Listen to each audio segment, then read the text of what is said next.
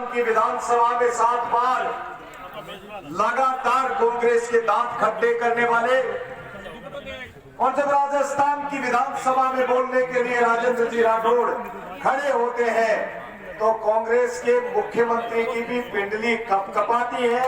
ऐसे आदरणीय राजेंद्र जी राठौड़ साहब हमारे बीच में भारतीय जनता पार्टी के पूर्व प्रदेश अध्यक्ष बड़े भाई आदरणीय अरुण चतुर्वेदी साहब, यहाँ की जिलाध्यक्ष इंदिरा जी, आदरणीय प्रेम सिंह जी बाजोर साहब, हमारे सांसद महोदय आदरणीय स्वामी सुमेधानंद जी, आदरणीय भाई नरेंद्र जी, मनसा से मेरे साथी विधायक सुभाष जी पुनिया साहब, आदरणीय हरिराम जी रणवा, आदरणीय दिनेश जोशी जी, सभी मंच पर विराजमान धर्मवीर पुजारी जी, सभी यहाँ पर विराजमान बहुत आदर के योग्य नेतागण, और मेरे सामने बैठी हुई मातृशक्ति श्रवण जी पगड़ी साहब, आदरणीय मधु जी कुमावत साहब, आदरणीय लक्ष्मीकांत जी, भारतीय जनता पार्टी के महामंत्री और रीढ़ की हड्डी जिनको मैं कहूं, और बड़े भाई आदरणीय भजनलाल जी शर्मा साहब, बहुत आदर के योग्य सभी मंचासीन नेतागण। मित्रों, मैं आप सब लोगों को बहुत बहुत बधाई देना चाहता हूं कि इस देश के अंदर एक ऐसे व्यक्ति नेतृत्व कर रहे हैं जिन्होंने भारतवर्ष का नाम पूरे विश्व के अंदर रोशन किया है, और भारतीय जनता पार्टी के कार्यकर्ता होने के नाते हमें गर्व है इस बात का। देश में जहां नरेंद्र मोदी जी प्रधानमंत्री बने उससे पहले भारत का कोई भी व्यक्ति अमेरिका जैसे राष्ट्र के अंदर जाता था तो बड़े से बड़े व्यक्ति का भी वहां पर जामा तलाशी दी जाती थी, लेकिन आज जब देश के प्रधानमंत्री नरेंद्र मोदी अमेरिका के अंदर जाते हैं तो अमेरिका के राष्ट्रपति रेड कारपेट बिछा करके उनका स्वागत और अभिनंदन करने के लिए एयरपोर्ट पर आते हैं। ये हिम्मत और ये कुव्वत यदि किसी के अंदर है तो वो देश के प्रधानमंत्री नरेंद्र मोदी हैं। एक तरफ नरेंद्र मोदी जी का नेतृत्व है तो दूसरी तरफ एक ऐसे अपरिपक्व व्यक्ति का नेतृत्व है जो व्यक्ति इस राजस्थान की धरा पर इस वीरों की भूमि के ऊपर आकर के चुनाव के अंदर किसानों को ठगने के लिए 1 से 10 तक की गिनती गिन करके कहता है कि किसान का संपूर्ण कर्जा माफ कर देंगे। राजेंद्र राठौड़ साहब और सुभाष पुनिया जी के साथ में हमने राजस्थान की विधानसभा में कई बार इस झूठे मुख्यमंत्री से हमने कई बार पूछने के बाद आपके तत्कालीन अध्यक्ष ने की थी, आज किसान का संपूर्ण कर्जा कितना माफ कर दिया। राजस्थान की सरकार के पास में जवाब नहीं है।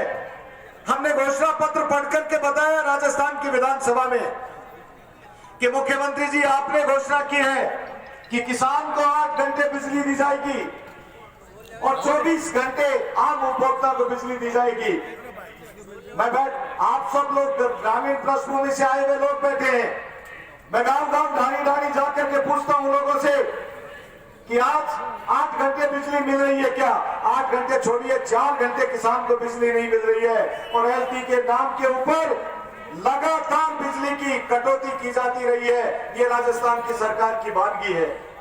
मेरे सामने बहुत सारे नौजवान बैठे हैं, नौजवान दोस्तों पूछना चाहता हूं, और ये पूछने का समय आ गया है कि बेरोजगारी भत्ता देने की बात करने वाली राजस्थान की सरकार आज कितने बेरोजगारों को भत्ता दे रही है?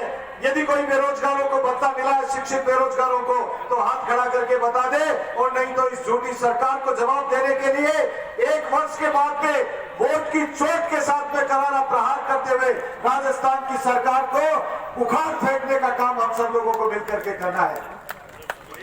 मित्रों, बहुत सारी बातें हैं।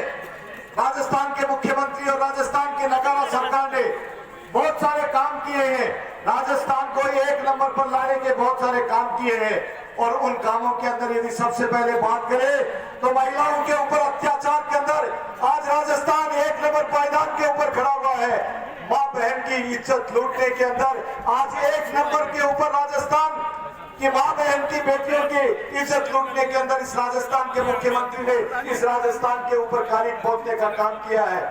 और मित्रों, आज जिस धरती से बोल रहे हैं उस धरती के ऊपर एक ऐसा नुमाइंदा यहाँ का प्रतिनिधि बनकर के जाता है जिसने सिवाय झूठ बोलने के कोई काम नहीं किया है। मैं राजस्थान की सरकार से हम लोगों ने विधानसभा के अंदर आदरणीय राजेंद्र राठौड़ साहब और गुलाब जी कटारिया और आदरणीय सतीश जी पूनिया के साथ में हम लोगों ने पूछा। मित्रों, मैं आप लोगों को बताना चाहता हूं, अभी मेरे से पूर्व वक्ता कह रहे थे अस्पताल सुरक्षित नहीं है, वहां बलात्कार हो जाता है। अस्पताल ही नहीं, पुलिस थाना सुरक्षित नहीं है। आज अपराधियों के मन के अंदर वो बेखौफ होकर के अपराध करने से चूकते नहीं है। आज हालात राजस्थान के खराब है। किसान भाइयों, अभी बाजरे की बात कर रहे थे, राजस्थान सर्वाधिक बाजरा पैदा करने वाला स्टेट है और इस स्टेट के अंदर बाजरे को समर्थन मूल्य के ऊपर ये राजस्थान की नकारा सरकार खरीद नहीं रही है। ऐसी स्थिति के अंदर जब 5 स्टार होटल के अंदर जाकर के मौज करने वाली ये सरकार आज जनता के सामने क्या मुंह लेकर के जाएगी, मैं आप लोगों को बताना चाहता हूं।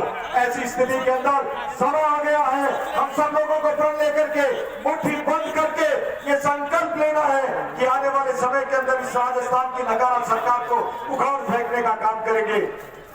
मैं चूरू से और विशेष रूप से चूरू जिले के लोगों का, सारे लोगों का धन्यवाद देता हूं, लेकिन विशेष रूप से चूरू जिले के लोगों का और मेरे रतनगढ़ विधानसभा क्षेत्र के हजारों लोग यहाँ पर आए हुए हैं, वो तालियां वहां से बजने लग गई।